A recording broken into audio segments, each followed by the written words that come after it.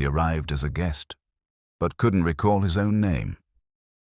Welcome to Faded Echoes. I am your host, Ombra. Tell me where you're listening from. I treasure every comment. Hearing from you makes this community thrive. Now, the mystery begins. If you think there's a polite way to tell a man he's mislaid his name, you haven't worked reception at Nero Wolfe's brownstone. The reception desk is an imaginary piece of furniture because Mr. Wolfe is allergic to the concept, but the job exists, and I often perform it standing in the front hall with my hands in my pockets. Sometimes I add a smile. Sometimes I don't. Smiles are like cab fare, given judiciously, remembered sparingly. The man on the stoop had one of those faces you would have to work at forgetting. Not handsome, not ugly, just particular. A ridge across the nose like a repaired crack in pottery, a fresh barber's trim that hadn't decided which direction to lie, and eyes the color of last night's tea. He wore a blue suit with enough stitches to account for a seamstress's rent, a tie that fought for its dignity, and no hat. A hat might have helped. "Mr. Goodwin," he said, in a voice that packed its bags after each sentence as if expecting to be thrown out. "That's my name," I told him. "Yours?" His eyes went to the street and back like he'd tossed a coin and lost sight of it. He tried the pockets of his jacket. What he hoped to find there, I didn't ask. He came up with a wallet and opened it on a $10 bill, a photograph of a greyhound that looked like it owed him money, and 3 blank cards. He looked at the blank cards with as much interest as you can give to a hole in your sock. "Aye," he said, and left the word there on the step. "I'm here to see Mr. Wolfe." "You and a lot of other people," I said. "Some of them know who they are." He swallowed that one. It went down hard. "I don't know my name," he said. There it was, now, over the threshold, like a draft in January. "But I believe I have an appointment." That drew a snort from me that I let out into the geraniums. "You and Mr. Wolfe have a standing appointment, do you, for when you misplace personal property? We usually handle umbrellas at the door. Names are checked with hats." He took a folded sheet from his inside pocket, the expensive kind that had once spent time as a tree on a well-bred estate. It had a scent, something citric, something a clerk would call refined. He unfolded it carefully and showed me a line typed in a crisp, cooperative font. "Archie Goodwin. Ring before 10:45. Bring him in. N.W." The paper didn't bother explaining how it had been composed before I saw it. The signature would have been enough. I knew that period like a man knows a chronic itch. I glanced at my watch. 10:43. The bell hadn't rung. "You're early," I said. He wet his lips. "I meant to ring," he said. "But I couldn't remember the number. I walked." It wasn't raining, which was a mercy to both of us, and he didn't smell like a man who had walked far enough to forget his name. He smelled like a lobby at noon, polish, cologne, the faint tang of fresh brass. He was built wrong for a long hike and right for a tailored chair, but nothing about him said he was lying except the fact that the world tends to. "Give me that," I said, and took the sheet. The type was right. Fritz's onion skin stock, the notch in the left margin where the carriage misaligned on Wolfe's Remington, the stubborn period. I've seen forgeries that were good enough to get a man into trouble. I've also seen Wolfe write a note and have it hand-delivered across town in a cab while I was still putting on my tie. He hates to move, but he doesn't mind moving other people, including ink. "Come in," I told the man. If I was being played, I could think of worse theaters. He crossed the threshold with a slow, careful gait, as if the floor had expectations.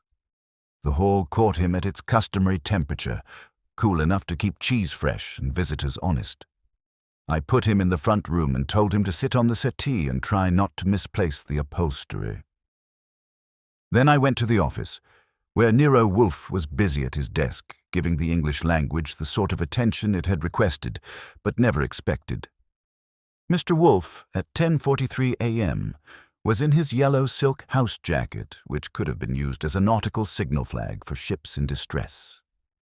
The orchid rooms were behind us, high and humid in sanctuary grade. The big man's eyes were on a book whose title told you less than his eyebrows did. He did not look up when I came in. "You," he said, "are 5 minutes ahead of yourself." "I just met myself coming back," I told him. "There's a man in the front room who claims to have misplaced his name. He has a note for me that says I should ring before 10:45 and bring him in." "Ah." Wolfe marked his place with a finger. "Claims?" "His wallet backs him up. It contains money, a dog, and anonymity. Descriptions are leisure," he said. "Time is not. Ring." "Ring what?" I asked. "He says he couldn't remember the number." "The bell," Wolfe said. "The note says ring before 10:45. You have 2 minutes. Obedience will be a novelty." I went because arguing with Wolfe's idea of time is like trying to buy back yesterday with nickels. In the hall, I pressed the button that announces selected events to the kitchen and set about announcing. Fritz came at a composed pace that suggested the butter wouldn't curdle if I explained myself twice. I told him we had a visitor with a vacancy where his label ought to be and that Mr. Wolfe wanted him in the office. Fritz's eyebrows predicted a draft in the routine but refrained from commentary. He knows the building's true load-bearing walls. Wolfe, money, orchids, and me when I'm feeling delicate. I brought the man in. He stopped 2 steps into Wolfe's office like he had walked onto a stage for a play he had never heard of, and saw the lead actor sitting. Wolfe's chair is no throne. He'd say the comparison is vulgar. But it is a seat that has received more tributes than some ancestors. If you don't know you're in the presence of something low velocity and high mass when you look at Nero Wolfe, you shouldn't be allowed scissors. "Good morning," Wolfe said, which for him covers a lot of ground between grudging and jovial. The man worked his mouth into something you might call polite if you were grading on a curve. "Good morning," he said back. "Sit," Wolfe said. He cut 2 syllables off out and left them on the floor. I installed the guest in the red leather chair near Wolfe's desk, the one that tells visitors they're on parade. I took my own seat at my desk, prepared to keep a record if there was anything worth keeping that wasn't going to break the carbon paper. "You lack a name," Wolfe said. He did not make it a question. "That is a deficit." The man nodded. Yes, I'm sorry." He looked at me with a pained apology that would have moved a traffic cop, then at Wolfe, whose sympathy is rationed on a calendar unknown to the Bureau of Standards. "Describe your circumstance," Wolfe said. "Begin with the earliest thing you remember that pertains to this morning. Do not embroider." The man's fingers found each other and did a slow, private dance. He had no ring. His nails were clean. He had a small cut at the base of his right thumb that had scabbed recently and wasn't trying to impress anyone. "I woke up," he said, "in a room I recognized. Only I didn't. It's expensive, I think. Hotel. High floor. There was a view, midtown. I could tell the bed had been slept in and that I had done the sleeping. There was a suitcase, a good one. Shirts my size. Shoes that fit. The bathroom had my toothbrush and a razor, and I recognized none of it. I looked in the mirror. I knew the face. I didn't know the name that went with it." "What number?" Wolfe said.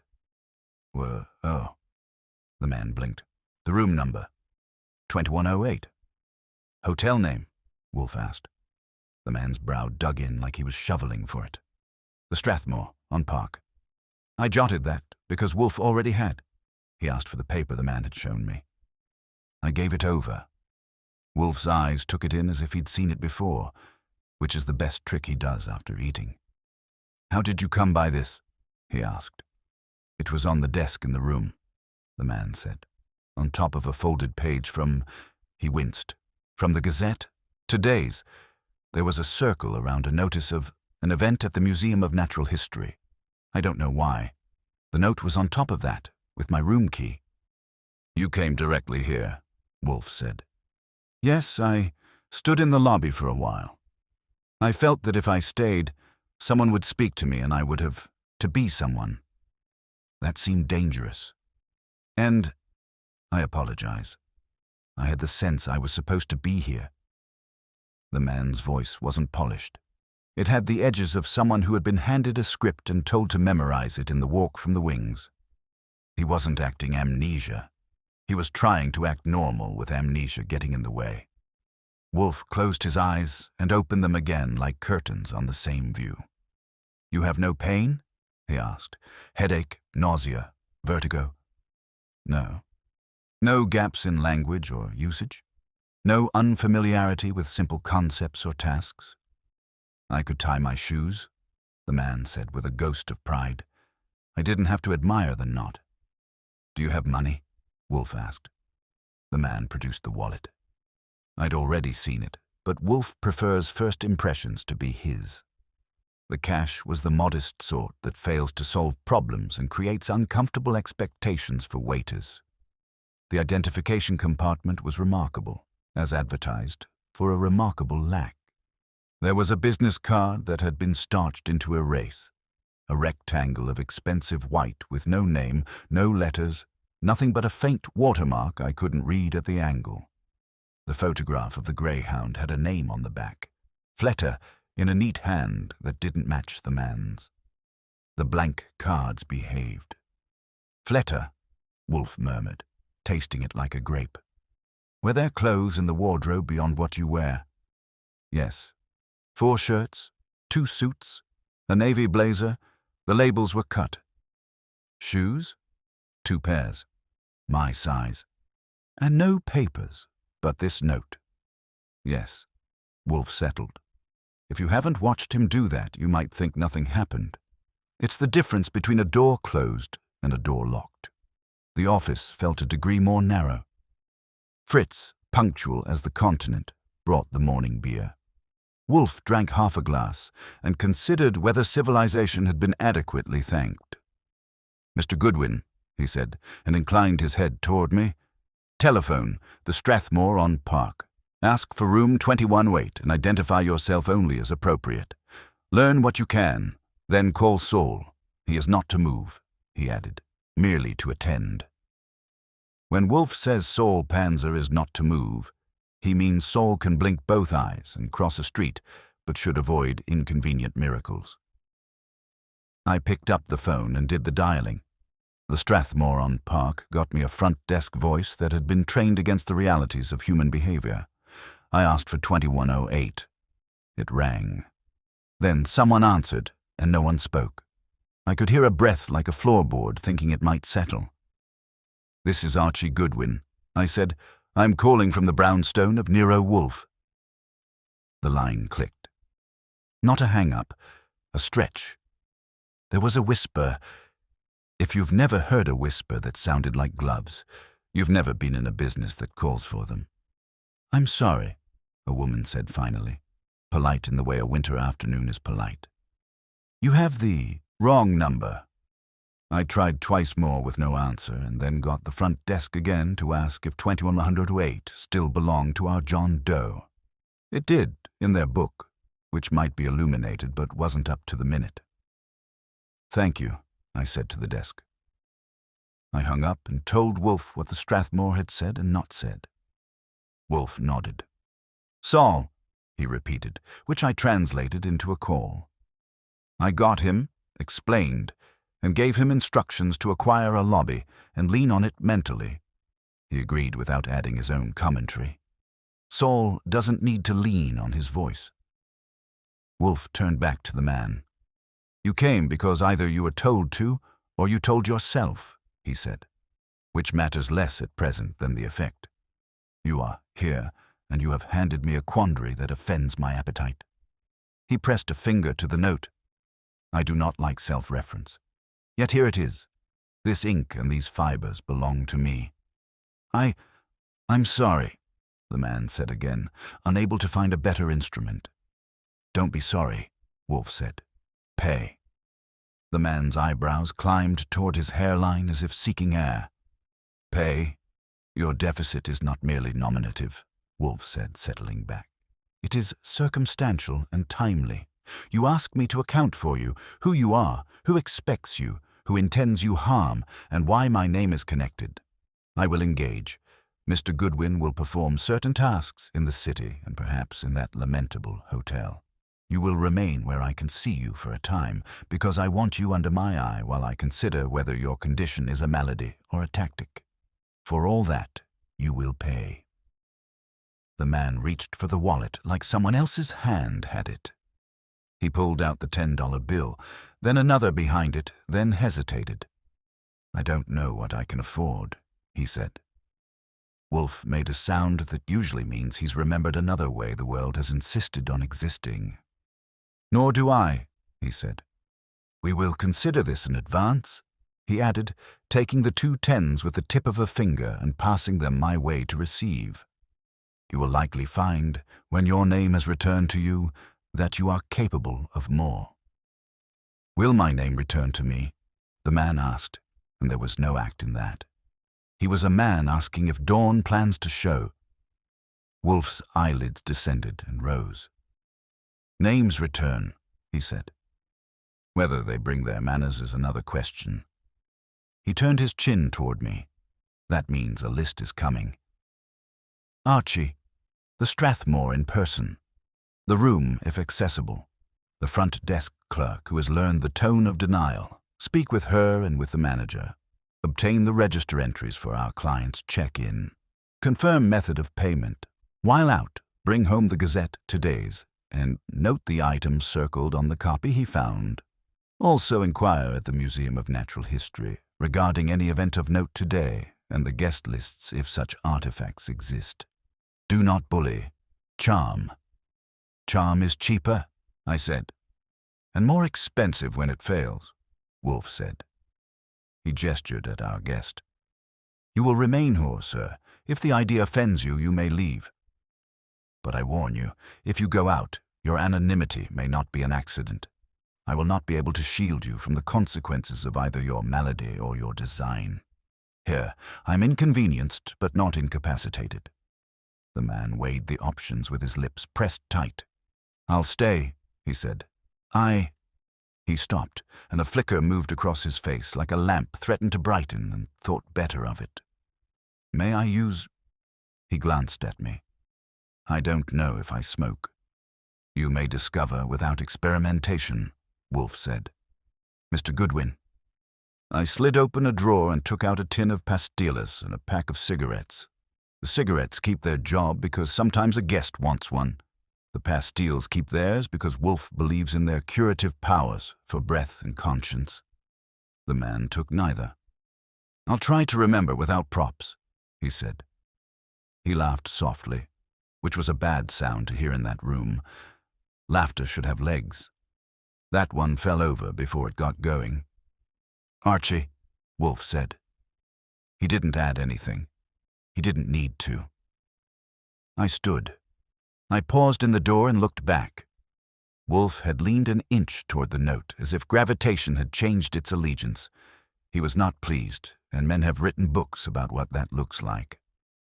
The guest sat straight up, hands on the arms of the chair, the position of a man waiting for a verdict he can't help deliver.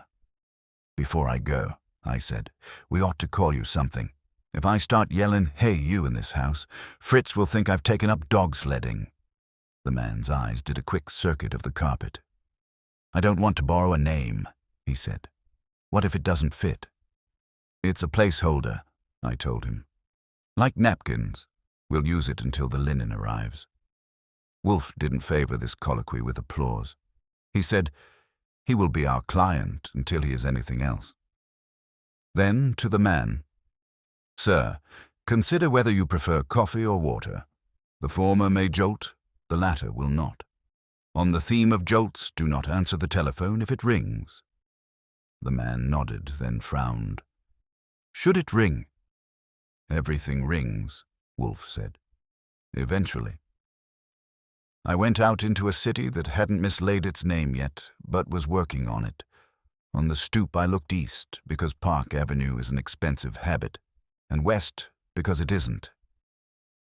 The September sun was sketching excuses for later. I took a breath, filed the smell away for later cross-reference, and went to find out why a man with no name had been invited to our program before I got my ticket. On the way down the steps, I checked my pocket for the note. Wolfe had kept the original like a squirrel with a nut and given me a copy that carried the same bad smell. Forethought. I didn't like it. Wolfe did. He likes forethought because he can outthink a thought if it wants a fight. But there was one more thing. He had taken the case. He hadn't said why, which is normal, but he had done it faster than he likes. The man had come with nothing but a note in Wolfe's own period and a room number, and Wolfe had moved the chessboard himself. I can spot bait when I smell it. The trick is knowing whether it's for the fish or the fisherman. I went to the curb and waved down a cab that wasn't in the mood to argue. New York has its moods like a weather vane with a grudge, and this one was pointing toward get in or don't, but decide. The Strathmore on Park wasn't far, but I wanted wheels under me in case the story grew legs before I got there. The lobby of the Strathmore was a sermon in marble, brass, and quiet carpets. Hotels like that live on their ability to convince people that their money sounds better echoed. I headed straight for the desk. The clerk was the same breed you always meet in these joints. Eyes polite, smile moderate, a voice that could call the cops without disturbing its own composure. "Room 2108, I said. "Registered last night." Her smile dimmed a watt, but didn't go out. "Yes, sir. May I inquire?" "You may," I said, leaning on the counter. "Archie Goodwin, confidential assistant to Nero Wolfe. Our client is staying in that room. I'd like a look at the register and the manager, if his schedule hasn't been taken hostage." She hesitated, and I could see her training doing push-ups. Before she could stall, the manager appeared, a man in a suit that could have been born in the building. He had a voice that said, "We rarely have disturbances, but when we do, they wear neckties." I gave him Wolfe's card. That name does its own heavy lifting. He glanced, tucked it into his vest pocket, and nodded. "Room 2108, he said. "Checked in yesterday afternoon. Cash, 2 days prepaid. No identification. That is irregular, of course, but not unlawful." "Everything's lawful until it isn't," I said. "What name?" The manager coughed into his hand like he was embarrassed on behalf of the alphabet. "Mr. Smith." It would have been Mr. Smith. They all are. "Any visitors?" I asked. "Not to our knowledge," he said, which is how hotels admit they can't see through brass doors. I thanked him, and on the way out I palmed a smile at the clerk that promised I wasn't finished with her yet. She almost believed it. The elevator took me up smooth as a compliment, and I got off on 21. Room 2108's door had the kind of lock that was supposed to suggest seriousness, but usually just suggested locksmiths. I listened, knocked once, and waited. Nothing. Another knock. Nothing. I leaned close and caught a faint smell, a mix of shaving soap and something sharper, like cordite trying to apologize. The knob didn't turn. That didn't surprise me. I tried anyway. I was ready to head down and ask the manager for a pass key when I noticed the edge of a newspaper poking out under the door. The Gazette, just like our client had said. The date was today's, and the fold was neat. On the visible side, a small notice had been circled in heavy black ink. I bent and read, "Natural History Museum, private reception tonight. Endowment presentation.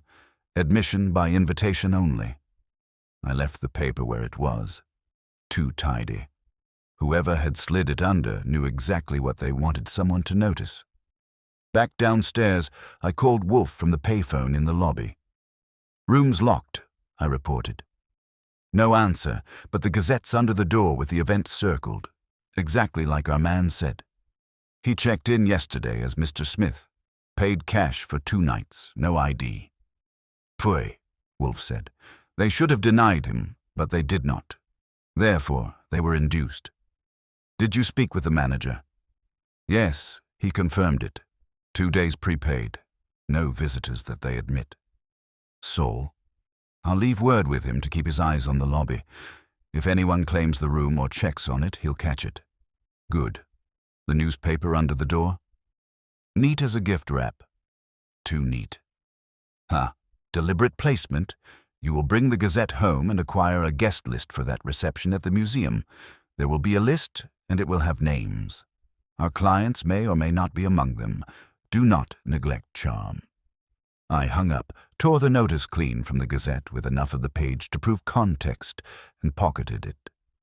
Before heading for the museum, I stopped by the front desk again and let my charm do a few dance steps. The clerk admitted that the man who had checked in as Mr. Smith hadn't come alone. A woman had accompanied him briefly to the desk. Slim, dark coat, no name offered. She hadn't gone upstairs. I filed that. One anonymous man is curiosity. Add an anonymous woman and you've got chemistry. On the street again, I grabbed another cab. The Museum of Natural History is a place that can make dinosaurs look patient. I didn't go in. I went to the administrative offices, waved Wolfe's card, and told them we needed the reception list. They tried to laugh it off until I mentioned that my employer might decide to buy a ticketed tour for 100 school children and send them in on the same day as the gala. The list appeared before the laughter was finished. I glanced it over. Trustees, donors, a few names from the city's higher shelves. Nothing leapt out like a jack-in-the-box. But one line made me pause. Reserved guest. Name withheld at donor's request. Reserved. Withheld.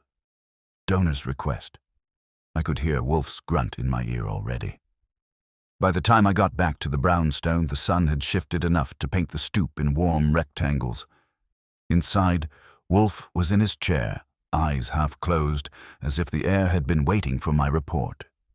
Our nameless guest sat exactly where I had left him, except his hands were gripping the arms of the chair hard enough to leave imprints. I gave Wolfe the Gazette clipping and the detail about the withheld guest. He listened without moving more than one eyebrow. Archie, he said, our client is no stranger. He was invited formally to an event where presence without a name is possible. That narrows our suspects to the donors who indulge in eccentric secrecy. We must now consider whether he has been deprived of his name by artifice or by strategy. Sit, I will inquire. He shifted his gaze to the man in the chair. Sir, tonight at the Museum of Natural History, a guest was expected whose identity was withheld from the list. Tell me, do you recognize this as yourself? The man's face worked through confusion into something closer to fear. He pressed his lips, opened them, and then said in a voice that had dropped 2 registers, I think, yes, I was supposed to be there tonight. Wolfe's eyes narrowed, and the room grew smaller. Then someone, he said softly, has stolen your name for that purpose, or stolen it from you to keep you from attending. In either case, the thief is within the circle of that gala. And with that, the circle began to tighten. The man's admission hung in the air like cigar smoke, present, undeniable, and not about to leave until it wanted to. Wolfe let it linger. That's his way. Silence is a scalpel, and he knows how to cut with it.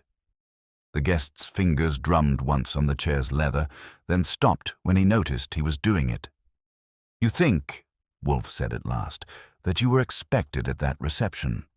You do not remember being invited. You do not remember the donor. Yet your certainty grows with the suggestion. That is troubling. I can't explain it, the man said. His eyes darted my way, maybe hoping I'd let him off the hook. Wrong room for mercy. No, Wolfe said. You cannot explain it.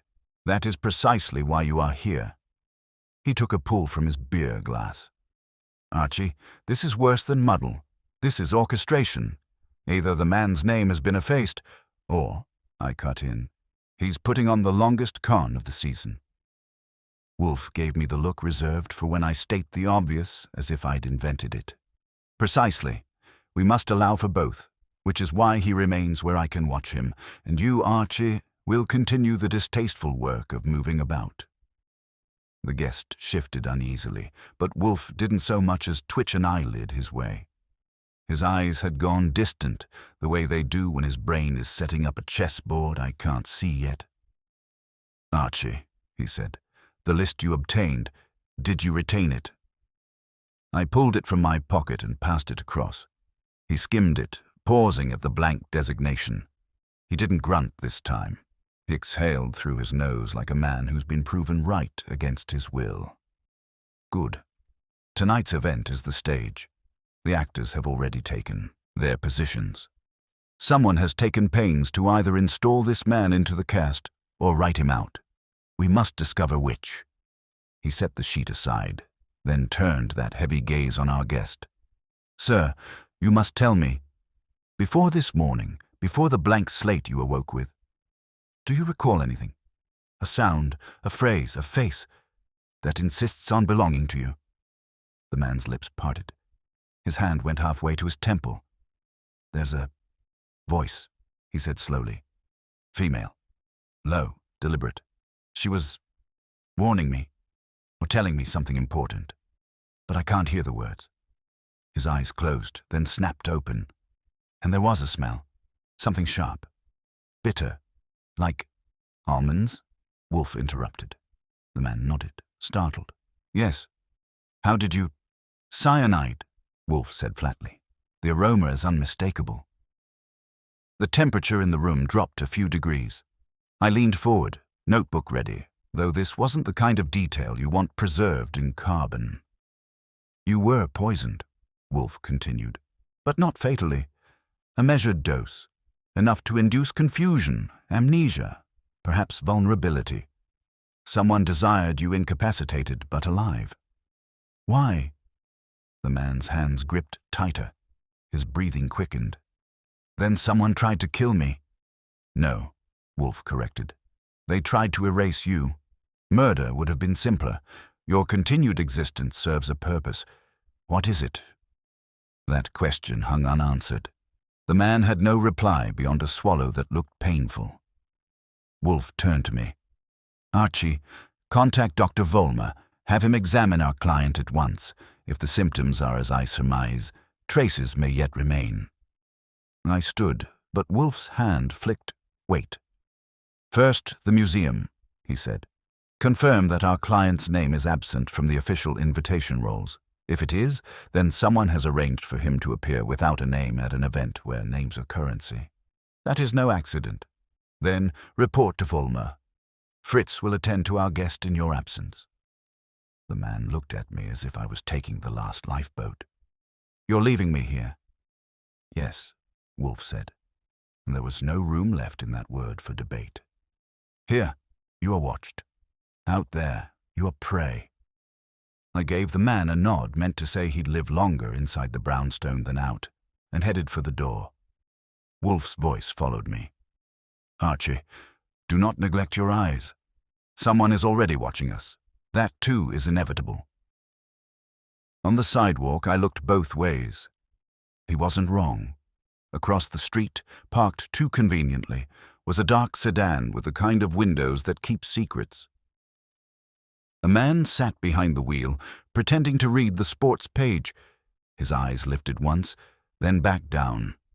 I filed the license plate in memory, flagged a cab, and rode off with the feeling that our client's missing name wasn't the only thing circling the block. At the museum, I tried a different door, the one for staff. A little grease, little grin, and I had a look at the invitation ledger. The reserved guest slot was still there, still blank, and still scheduled to attend, which meant that tonight somebody would show up with the right clothes, the right bearing, and an alias printed on their forehead. Our man's identity, stolen wholesale. Back at the brownstone, I found Wolfe in the same chair, the same pose, as if he'd never moved an inch while the planet kept turning. The client sat taut and pale, a glass of water untouched on the side table. "They'll have someone there tonight," I said, "standing in his place. Anonymous, as arranged." Wolfe's eyelids dipped, lifted. As I expected, Very well. Archie, arrangements must be made. Saul will keep his vigil at the hotel. You will attend the reception, not as a guest, but as an observer. Charm will gain you entry. Once inside, identify the impostor. And then? Then, Wolfe said, we shall know whether our client has lost his name by force or whether another has claimed it for their own use. Either way, the reckoning approaches. The guest swallowed again. But if I go? You will not, Wolfe said firmly. You will stay here, under my roof, where no harm can reach you. Archie will go in your stead. If tonight's masquerade is intended to exploit your absence, we will meet it with presence of our own. The man slumped back, half relieved, half terrified. Wolfe poured himself another half-glass of beer, lifted it with care and murmured almost to himself. Identity is not given. It is taken, shaped, wielded. Whoever has taken yours, sir, intends to use it as a weapon. Let us see, then, who bleeds. I left the brownstone again with a feeling like I'd been handed a mask and told the play was already halfway through. Wolfe's orders were clear. I was to get into that reception, keep my eyes open, and find the stranger who was walking around with our client's name like a borrowed overcoat. If anyone could sneak past an official guest list, it was me, especially with Wolfe's card as a skeleton key. But before costumes and cocktails, there was Dr. Vollmer. Wolfe hadn't forgotten the cyanide angle, and neither had I. I made my way uptown to Vollmer's practice, gave him the condensed version, and left our client in Fritz's keeping. Vollmer took the job without blinking. He's patched up worse mysteries than this, some of them still walking around with scars. He promised to run blood work and a few neurological checks, and if the poison theory held, he'd have traces by morning. With that box ticked, I turned my attention to evening wear. Nothing like blending with the city's wealthy to make you feel your bank balance tugging at your sleeve. I went back, changed into my black suit and a tie that didn't scare small animals, and kept a handkerchief tucked in for atmosphere. By the time the cab pulled up to the museum, the place was dressed like it was, auditioning for royalty. Spotlights washed the front steps, uniformed doormen checked invitations with the solemnity of priests, and the street bristled with cars big enough to qualify as small boats. I strolled in like I had the deed in my pocket and let Wolfe's card flash discreetly at the man with the list. He didn't like it, but he liked trouble less, so I passed without a ripple. Inside, the reception was already humming. Diamonds caught the light like they were paid to, champagne flutes were making the rounds, and the city's upper crust was busy congratulating itself on being so well baked. The air was thick with perfume, ambition, and the faint scent of polished marble. I worked the room slow, not letting my eyes dart like a pickpocket's. Wolfe's instructions were clear. Identify the impostor. That meant looking for someone who fit our client's build, manner, or maybe even his face, though it was hard to imagine how anyone could fake amnesia as convincingly as our man had. Near the central exhibit, under the bones of a brontosaurus that had been drafted into decorative duty, I spotted him. Medium height, same ridge across the nose, same hairline, only this one wore confidence like it was sewn into his tuxedo.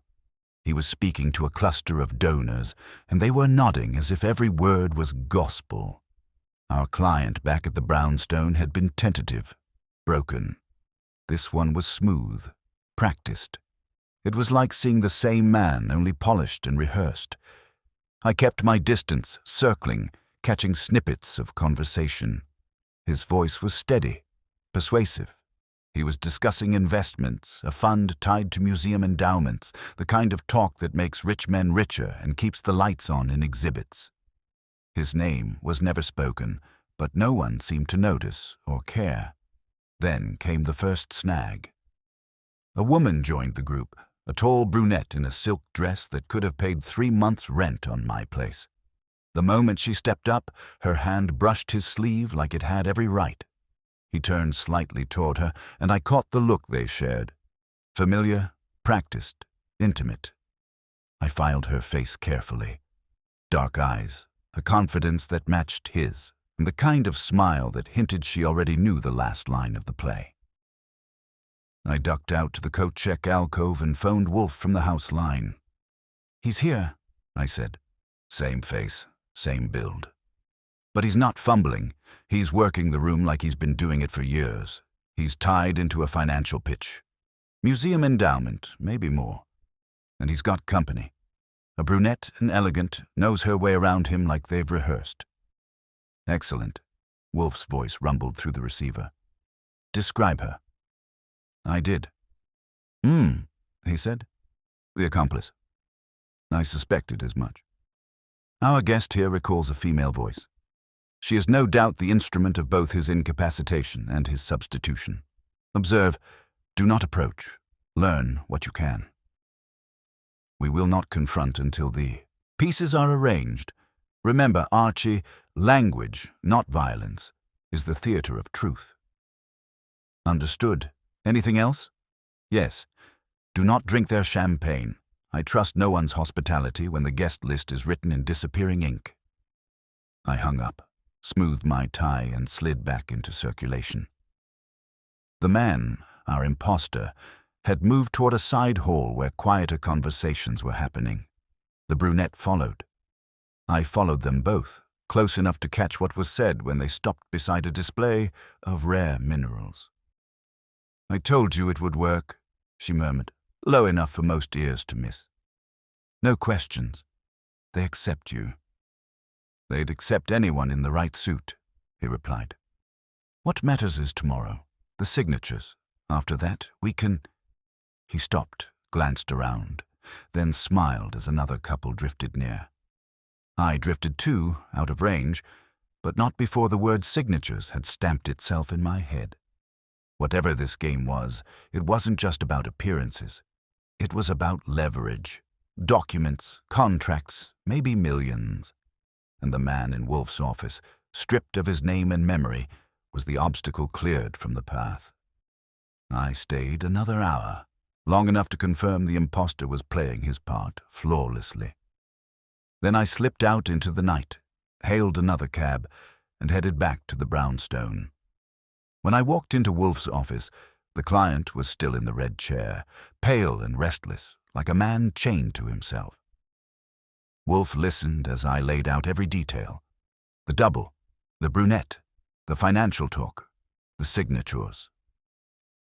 When I finished, Wolfe steepled his fingers and said, "So, someone has stolen not merely his name, but his enterprise. Identity, reputation, authority, all transposed onto another. This is not a theft of memory. It is a theft of power." The client looked up, stricken. "Then I'm not just nameless. I'm replaceable." "No," Wolfe said with a sharp finality that cut the air. "You are indispensable, which is why they attempted to erase you rather than discard you. The question is, what authority do you hold that requires a counterfeit, and how soon must we restore it before it is signed away?" The man's face went white. He clutched the arms of the chair. I think I know," he whispered. And that, at last, was the first real crack in the silence. The words had barely left his mouth before Wolfe leaned forward half an inch, which for him is the equivalent of another man leaping to his feet. "You think you know," Wolfe repeated. "Do not toy with vagueness, sir. If your mind has caught hold of a thread, pull it." The man's hand went again to his temple, as though the thought had to be massaged into existence. It came when Archie said that word. "Signatures. Yes, I'm a trustee, a foundation. I can see the papers, large sums, transfers, agreements. I was supposed to sign tomorrow." His voice quavered, but it carried a conviction that hadn't been there before. "It's not just my money, it's influence, backing. Without my name on those lines, the agreement dies. With it, it opens the door." "Which foundation?" Wolfe asked sharply. The man's lips trembled. "The name, it slips. It's like water, but I see the boardroom. Long table, windows, a seal on the folder. He faltered, then gasped. "There's another name." "Caldwell, yes. James Caldwell." He was pressing me to support his proposal. His eyes widened as though the realization itself was a crime. "That's it. That's why. Caldwell must have arranged this." I jotted the name down. Caldwell wasn't a stranger to the papers. He had a habit of turning philanthropy into leverage, the kind of operator who could smile while he unscrewed the bolts on your chair. Wolfe exhaled through his nose. "Of course, Caldwell. The museum is his pasture. He has been seeking to funnel funds through a subsidiary trust for months. Your absence, or rather your replacement, would secure him the final vote of confidence." He leaned back, the upholstery groaning under his weight. "So, it is not merely a theft of name, but a theft of decision, and a theft that matures tomorrow." The man sagged in the chair, half relieved, half stricken.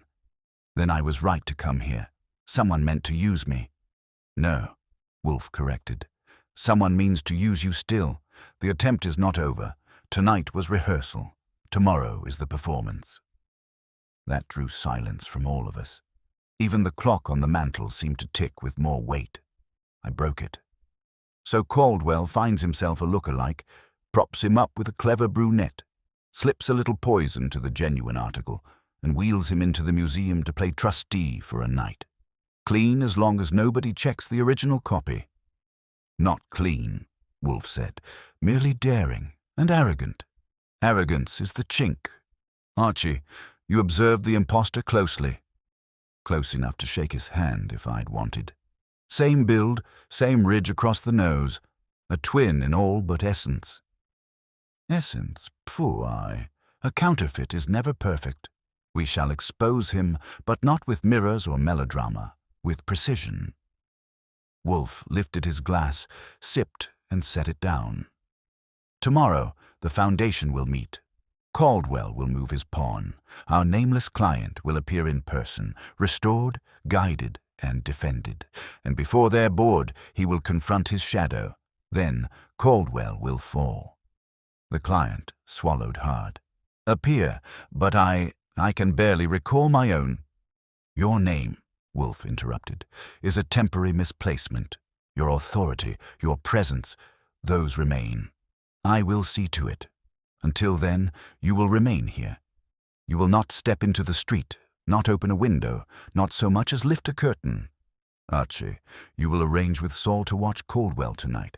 If the man breathes in his sleep, I wish to know." That was my cue. I called Saul, passed him the name, Caldwell, and gave him instructions to keep his eyes on the man's house and his company. Saul didn't waste words. He never does. Just a calm acknowledgement that told me Caldwell was about to have the best shadow money couldn't buy. When I came back, Wolfe was dictating a letter for me to type. It was short, sharp, and aimed at the Foundation's chairman, requesting a private word in the morning before the official session. It carried Wolfe's name at the bottom, which was all the gravity it needed. As I finished the copy, Wolfe leaned back and closed his eyes. "It is an elegant theft," he murmured. "Erase the man, install the double, secure the vote. But elegance is brittle. It will shatter at the right touch." His eyes opened again, pinning our guest like a butterfly. "You, sir, must be ready. Tomorrow we restore your name, whether by memory, by proof, or by the ruin of your imitator." The man pressed both hands together tightly, as if he were afraid the moment would vanish if he let go. "Then I'll stay. I'll do whatever you say." "Good," Wolfe said, and closed the subject with a final sip of beer. I left him there, a mountain of calm in his chair, and guided our client upstairs to the spare room. He looked back once toward the office, like a man glancing at a lighthouse through fog. Then I shut the door, left him to Fritz's watch, and went back down. Wolfe's eyes met mine when I entered. "Archie. Tonight, Saul. Tomorrow, war." And with that, the house went still, but the city outside kept moving like a clock winding itself up for the strike. Sleep wasn't in the cards that night. Not for me. and probably not for the man upstairs who couldn't even sign his own name without wondering if it belonged to him. I spent the small hours waiting for Saul's first call, because if Caldwell so much as sneezed near a telephone, we wanted to know what handkerchief he used. The call came a little after 1. Saul's voice was steady, the kind you could set your watch by. Caldwell got home just after 11. Town car, no escort. He stayed in. Lights on in the study. Curtains drawn. No visitors yet. I'll stay. That was Saul. Clipped, precise, no wasted breath.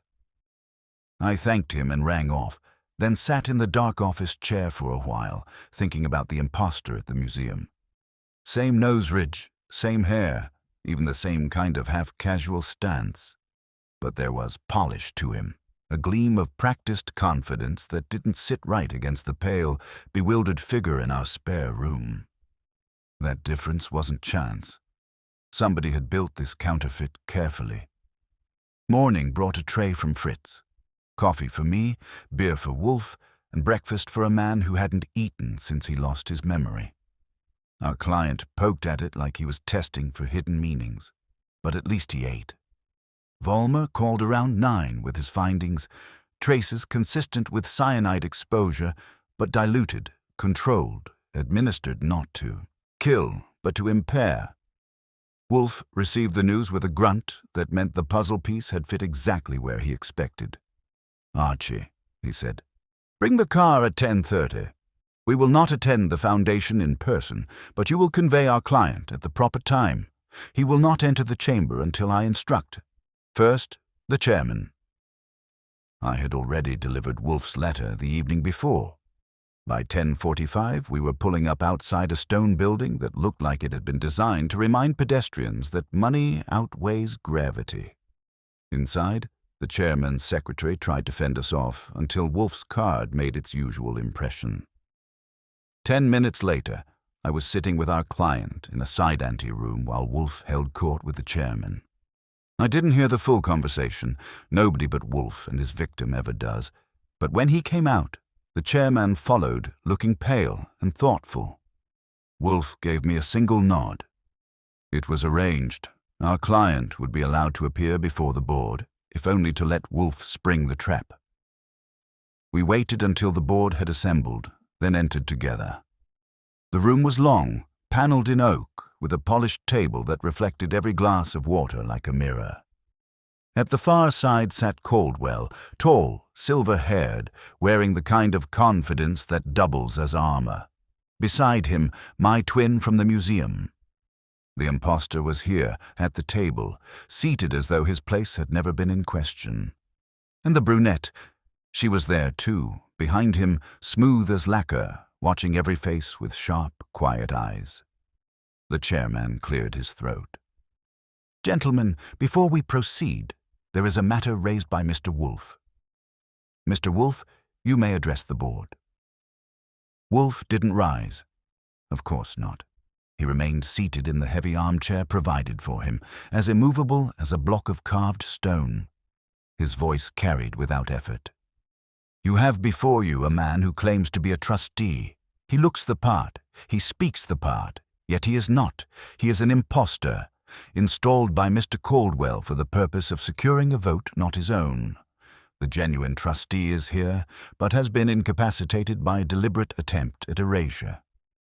Gentlemen, I invite you to compare." And with that, I guided our client forward. He looked stricken, pale, but he stood upright and let the board see him. There was a murmur, confusion sparking like dry tinder. Caldwell's lips curved in a smile that had no warmth. "This is preposterous," he said smoothly. "You bring in a confused man off the street and claim he is one of us? This is slander." Wolfe's eyes opened a fraction wider. "Preposterous? Then explain, Mr. Caldwell, why this man bears the scar upon his thumb received last month when cutting the ribbon at your gala. Why his handwriting, as tested this morning, matches the minutes he signed last quarter, and why your substitute," he turned his gaze on the double, "cannot answer the simplest of questions only a trustee would know." The room went still. Caldwell shifted, just slightly. The impostor looked at him, uncertain, and for the first time I saw the polish crack. The brunette's eyes narrowed, her hand twitching like she wanted to pull him out of his chair and run. Wolfe leaned back, satisfied. "Gentlemen, I leave it to you. Will you allow your decisions to be signed by a man without a name, or will you hear the one who has been denied his own?" The chairman looked around the table. The balance had shifted. Suspicion hung heavy now, and Caldwell's smile wasn't enough to sweep it away. The client's hand gripped the back of his chair, knuckles white. Then, with a voice that trembled but carried, he said, "My name is Henry Elbridge. I'm a trustee of this foundation, and Caldwell tried to take that from me." The silence that followed was not the silence of doubt. It was the silence of recognition. The name had returned, in time to turn the knife. Caldwell rose, too fast, too sharp. The impostor half stood, uncertain, but Wolfe's voice cut across the motion like a whip. "Sit, gentlemen. The game is finished. Your fraud is exposed." And for once, even Caldwell obeyed. Caldwell obeyed because the room demanded it.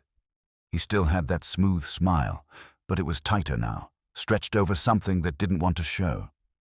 The impostor sank back into his chair as if it had suddenly grown teeth. The brunette didn't move at all except for her eyes, which flicked around the table, measuring escape routes. The chairman cleared his throat. "Mr. Wolfe, these are serious allegations. Do you have proof beyond resemblance and recollection?" "Proof is abundant," Wolfe said. Voice level as granite. "The handwriting sample Dr. Vollmer secured this morning matches the trustee's prior records. The scar upon his thumb corroborates his identity. Most damning, however, is the impostor's ignorance. Ask him of the last resolution passed in this chamber, and watch his tongue fail." The chairman turned. "Mr. Smith, was it? Kindly tell us the content of our last resolution." The impostor's jaw worked. He tried confidence first, but his words came slow, like stepping stones sinking underfoot. "The resolution concerned an allocation of funds toward the natural history exhibit." A couple of trustees shifted in their chairs. One of them said flatly, "It was a scholarship endowment for the botanical program. You weren't present." The brunette's hand twitched again. Caldwell's jaw set, but he didn't speak. Henry Elbridge, our client, finally with a name, took a step forward. He was pale, still shaky, but the voice that came out of him had steel under it. "I was poisoned. I woke without memory, without even my name. But I was guided here, and tonight I saw what Caldwell has done. He would have used this double to sign in my stead. He meant to use me, then erase me." The trustees murmured. Shock and anger mixing like oil and flame. Caldwell finally spoke, voice sharp. "This is absurd. You bring in a man who babbles, a detective who thrives on theatrics, and you expect us to discard decades of my service. Gentlemen, do not let Wolfe play you for fools." "Pray," Wolfe said, soft but cutting. "It is you who presumes them fools. Your counterfeit nearly succeeded. Nearly. But you forgot one thing. Arrogance leaves fingerprints. You thought to erase Elbridge's name, but you could not erase his scars, his habits, his very presence. He stands here, and he stands as himself. That, Mr. Caldwell, is your ruin." The chairman raised a hand. "This matter will be investigated. Immediately. Caldwell, you will withdraw from the vote, and the board will convene privately." That was as far as he got before the brunette moved. She rose smoothly, a hand going into her clutch. My instincts kicked before my brain did. I was across the room in 3 strides and had her wrist in my grip before the small pistol left the purse. The trustees gasped, chairs scraped, but the room didn't erupt. It froze. I twisted just enough to relieve her of the weapon without breaking her bones and placed it neatly on the polished table like an exhibit in court. She didn't resist, but her eyes burned with contempt. For me, for Wolfe, for the whole room. Wolfe's gaze cut across her like a scalpel. The accomplice, You administered the poison, you dressed the counterfeit and rehearsed him until he could pass for a knight. But you could not resist carrying the final instrument of desperation. Such is always the way with zealots. She spat the words like glass. You don't know what Caldwell promised, what he could build, what he could control. You think your little games of deduction matter? He could have reshaped everything. Everything, Wolfe said dryly, is too broad an ambition. It never survives supper. He flicked a hand. Archie. I kept hold of her until security came. They weren't used to dealing with theatrics of this sort, but they managed, especially once the pistol spoke for itself. Caldwell had lost the room. His silver smile had collapsed into something smaller, harder, and entirely useless. The board adjourned in disarray, half of them whispering, half of them glaring at Caldwell as though they had only just realized how far he would go. Wolfe, unmoved, directed me to bring Elbridge back to the brownstone at once. In the cab, Henry Elbridge leaned back, exhausted, one hand pressed against his brow, but the other hand, steady now, rested on his knee with quiet determination. I remember more, he said softly. It's coming back. The voices, the rooms, even the votes. I'm Henry Elbridge. They almost stole it, but I have it again. I nodded, watching the city roll past. And Wolfe made sure of it. You'll sit at that table again, but this time with every eye on Caldwell's ruin. Back at the brownstone, Wolfe was waiting. He listened to the report, every detail, while sipping his beer as though he had always known each turn of the story. When I finished, he set the glass down. Elbridge, you will remain under protection until the authorities have concluded their inquiry. Caldwell's grasp is broken, but a wounded snake may still strike. Archie, arrange Saul and Ori for rotation. Elbridge nodded, gratitude plain on his face. He had his name back, but more than that, he had the look of a man who knew he had been spared a slow burial. As for Wolfe, he leaned back, eyes half-lidded. A name is more than syllables. It is a signature, a bond, a claim upon the world. To steal it is worse than to kill. It is to live in another's skin. Caldwell sought to hollow out a man to make room for his ambition. But identity, gentlemen, is stubborn. It resists. And in resisting, it unmasks the thief. Elbridge murmured thanks. I escorted him upstairs, then came back to the office. Wolfe had closed his eyes, not asleep but inward, already chewing over the moral carcass left behind. I dropped into my desk chair. Well, I said, that's one way to remind a man who he is. Poison, doubles, and a trustee meeting with a floor show. Wolfe's lips twitched, almost a smile. And dinner, he said. Fritz informs me the pheasant is ready. Civilization resumes. That was Wolfe all over. Strip a man down to nothing, rebuild his name from dust, expose a fraud before half the city's power brokers, and then settle down for pheasant as though it were the natural punctuation mark to justice. I leaned back, grinning despite myself. Civilization might resume, but it sure had a strange way of getting there. Dinner usually ties a bow on things, but that night the ribbon was frayed. Fritz brought in the pheasant, aromatic enough to make me forget cyanide for a minute, and Wolfe applied himself to it with the concentration of a man restoring his faith in the world. Elbridge ate like someone who hadn't trusted food since his memory went missing, cautious but grateful. I picked at mine because my head was still in that boardroom watching a counterfeit trustee sweat under Wolfe's stare. When the plates were cleared, Wolfe dabbed his mouth with a napkin, leaned back, and spoke as though the pheasant had been the necessary prelude to thought. We are not finished. Elbridge stiffened. But Caldwell is ruined. The board saw him exposed. Ruined? Wolfe's brows lifted. A man like Caldwell is not ruined by humiliation alone. He will attempt to salvage. He will blame you, claim confusion, plant doubt. Worse, the woman, his accomplice, may decide to trade her knowledge for leniency. If she does, Caldwell may silence her. We must ensure the matter does not disintegrate into evasions. I added, translation, until the law ties a bow tight enough, you're still a target. Caldwell doesn't like losing, and he sure doesn't like witnesses. Elbridge paled, but nodded. Then what do I do? You do nothing, Wolfe said. Archie and Saul will see to your safety. I will see to Caldwell's undoing. The question is no longer who, we know that. The question is how. Specifically, how Caldwell engineered your erasure. The poison, yes, but there is more. A counterfeit does not spring from nothing. He had access to your likeness, your habits, your life. We must uncover where he obtained them. That was my cue. I'll put Fred and Ori on it. One digs into Caldwell's recent company, who he's been meeting, who's been spending too much time with him. The other shadows the double. If he's a professional actor, someone's got a file. Do so, Wolfe agreed. He looked at Elbridge.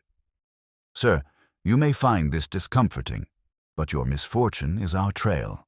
Whoever supplied your mirror image did so with material.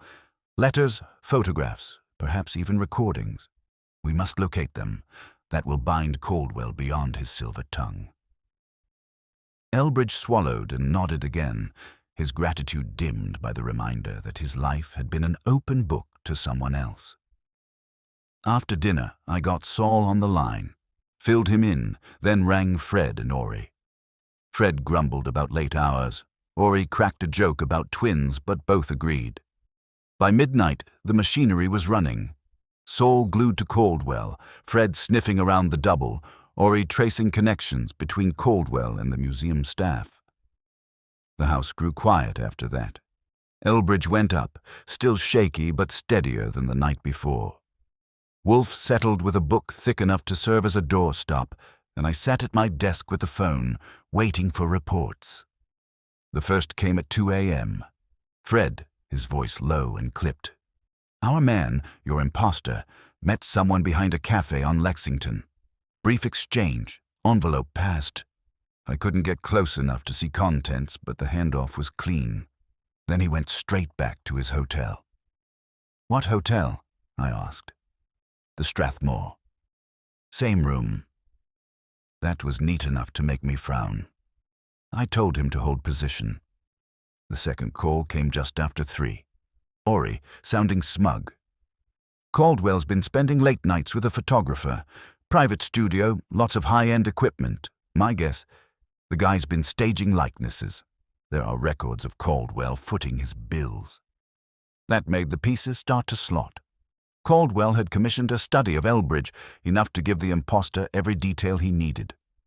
By dawn, Saul weighed in. Caldwell had visitors in the dead of night. 2 men, discreet, in and out. Papers changed hands. Caldwell himself never left his study.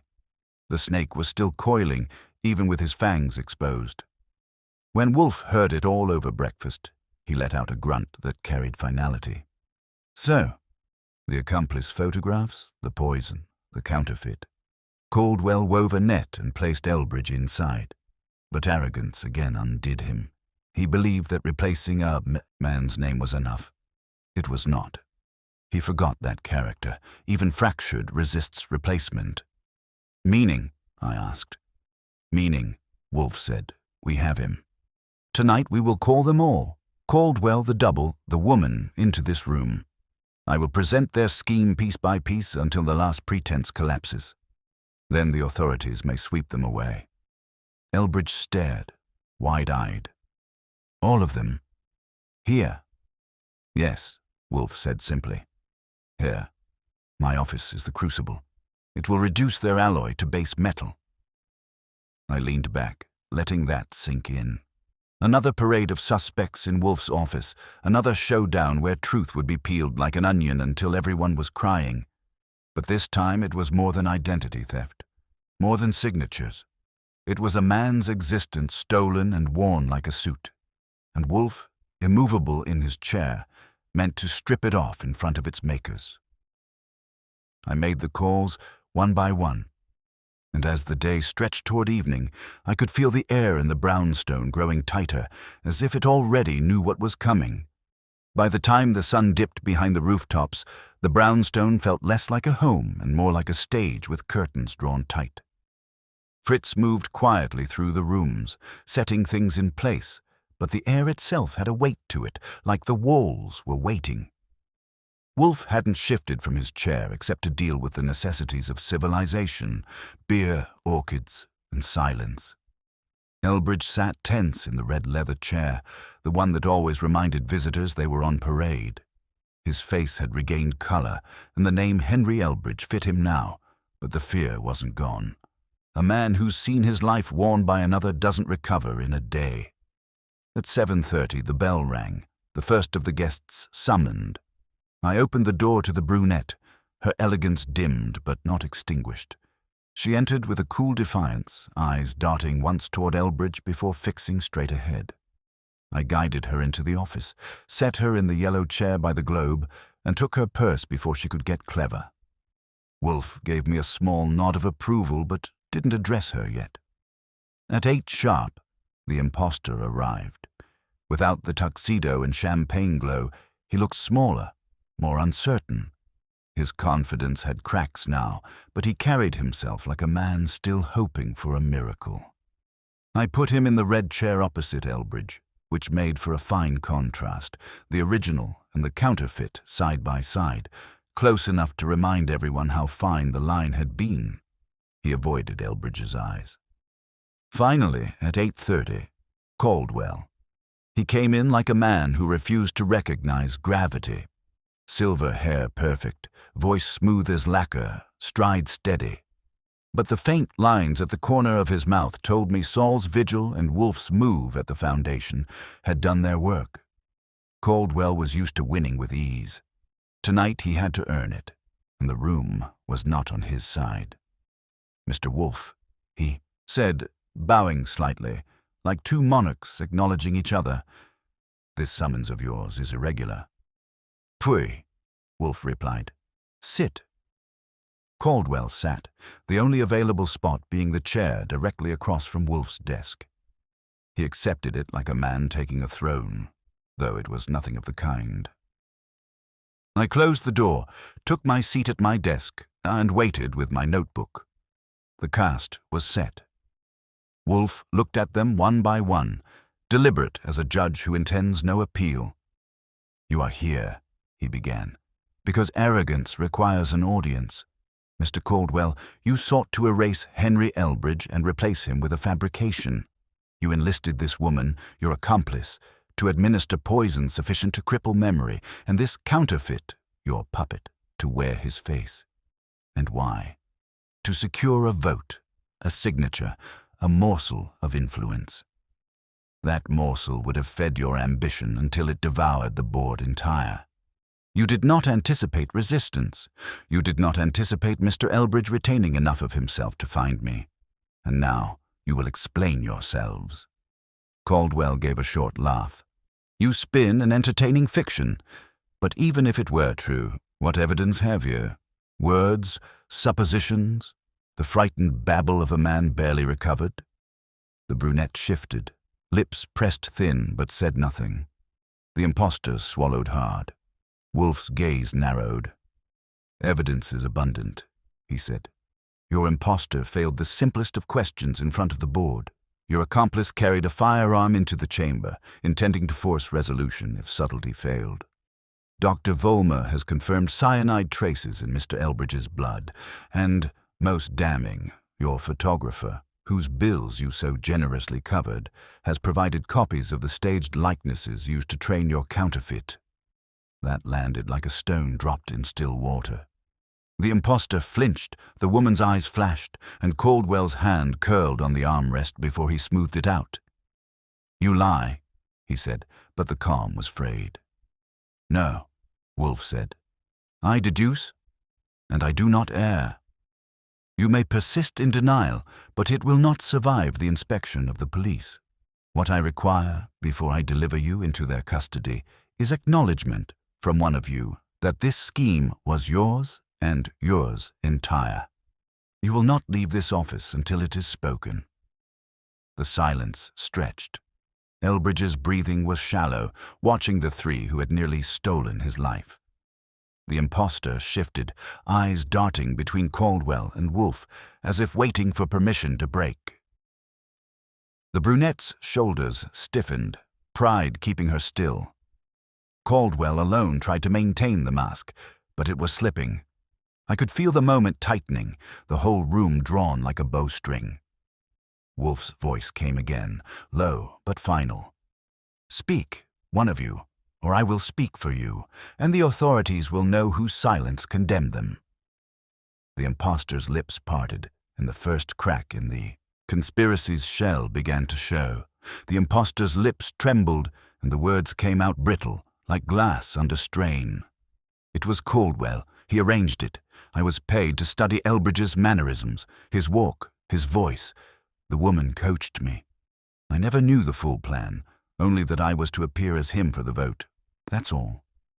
His eyes flicked toward Caldwell, desperate, guilty. "I never wanted—" "Enough," Caldwell snapped, his composure finally breaking through the lacquer. "Pathetic." He turned toward Wolfe, his tone sharpening into venom. "You think this little theater will stand up in court? You think the word of a hired mimic and a trembling man with half his wits will unseat me? I built this foundation's influence brick by brick. Do you think they will trade me for him?" "You mistake influence for immunity," Wolfe said, his voice steady and resonant. "That is the arrogance I spoke of. You believed you could hollow out a man's identity, parade a counterfeit before his colleagues, and still remain untouchable. You forget that theft leaves traces, Mr. Caldwell, and ambition leaves witnesses. Both now sit in this room." The brunette's restraint cracked next. She rose half from her chair, her voice cold but unsteady. "Don't pretend you're righteous, Wolfe.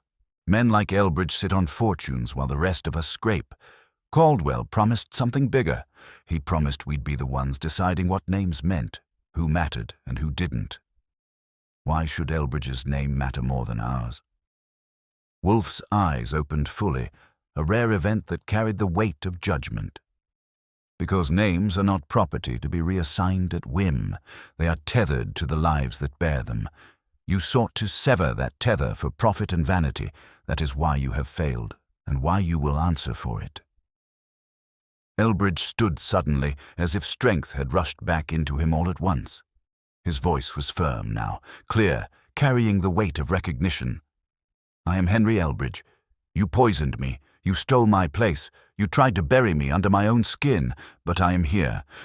And you," he turned to Caldwell, "will answer for it." The room froze in that declaration.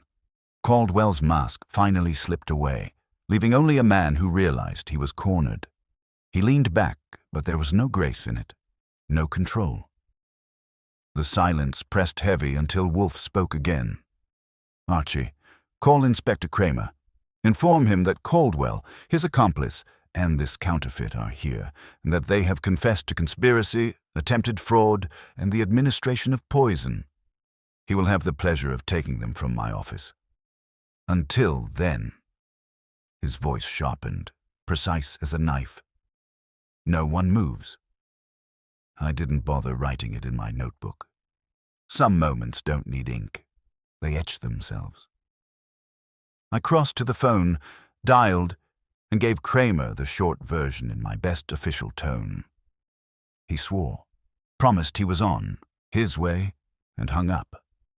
When I turned back, Wolfe had not moved an inch. The three conspirators sat locked in silence, each in their own collapse. Caldwell in ruined pride, the brunette in simmering defiance, the impostor in guilt. Elbridge stood steady now, hands clasped before him, his identity no longer in question, and Wolfe, satisfied, closed his eyes halfway, as if the world had once again resumed its proper shape. The brown stone never felt smaller than when Kramer arrived with a pair of uniforms to collect the debris. Caldwell barked his protests in a voice that once commanded boardrooms, but it only made Kramer's jaw set harder.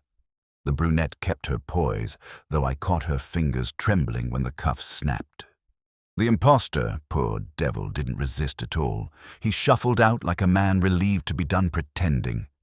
Kramer gave me a look that belonged in a war zone. "Goodwin, if Wolfe ever pulls me out of bed for a mess like this again, I'll—" He cut it short when Wolfe cleared his throat. "Fine. We'll sort them out downtown. But one day, Wolfe, you'll hand me a case that isn't half digested already." "Unlikely," Wolfe murmured, not bothering to open his eyes. That ended the discussion. When the door shut behind them, silence dropped back into the room like a curtain. Elbridge stood in the middle, unsteady but whole. The name sat right on him now, no longer a borrowed coat but his own skin. He looked at Wolfe with something like awe, though Wolfe never solicited awe any more than he solicited house guests. "I don't know how to thank you," Elbridge said, his voice steady but low. "They nearly took everything from me. Not just my position, myself. You gave it back." Wolfe opened his eyes, and for once there was no irritation in them, only that cool precision that could carve truth into marble. "I did not give it back. You reclaimed it. A name is not bestowed, it is lived." Caldwell's arrogance blinded him to that. He thought identity a costume, fit to be worn and discarded. But it is not so. It adheres. Even when stripped, it resists theft. That resistance is what saved you. Elbridge bowed his head, and Wolfe dismissed him with a flick of his hand. Fritz appeared, silent as always, to guide our guest upstairs to rest until the morning. That left Wolfe and me in the office. He reached for his beer, the gesture unhurried, and drank. I leaned back in my chair, watching him. "You know," I said, "I keep waiting for one of these bright boys to figure out the simple truth. You can hire doubles, train them, poison the real article, even pack a gun in your purse. But you can't out-talk you. You just sit there and pick the whole scheme apart like a roast chicken." Wolfe let out a long, satisfied sigh. "The schemes endure only because men underestimate words. They believe power is signatures, or wealth, or muscle. In truth, power resides in reason, and reason requires articulation. Once spoken, the fraud collapses under its own weight." He set his glass down. "As does Caldwell." That was Wolfe's curtain line. He leaned back, eyes closed, one hand resting on the arm of his chair, like a man who'd just folded the world back into its proper order. I wrote the last note in my book, shut it, and got up. "Well," I said, "that's one guest who won't forget his name again. And if he does, I'll be here to remind him at a modest fee." Wolfe didn't answer. He didn't have to. The case was closed, the house was quiet, and Fritz had already promised coffee with the apple tart. Civilization had resumed. And in the brownstone, that's how justice is usually served. Hot, precise, and with a side of orchids, with a side of orchids, with a side of orchids, with a side of orchids, with a side of orchids, with a side of orchids, with a side of orchids, with a side of orchids, with a side of orchids.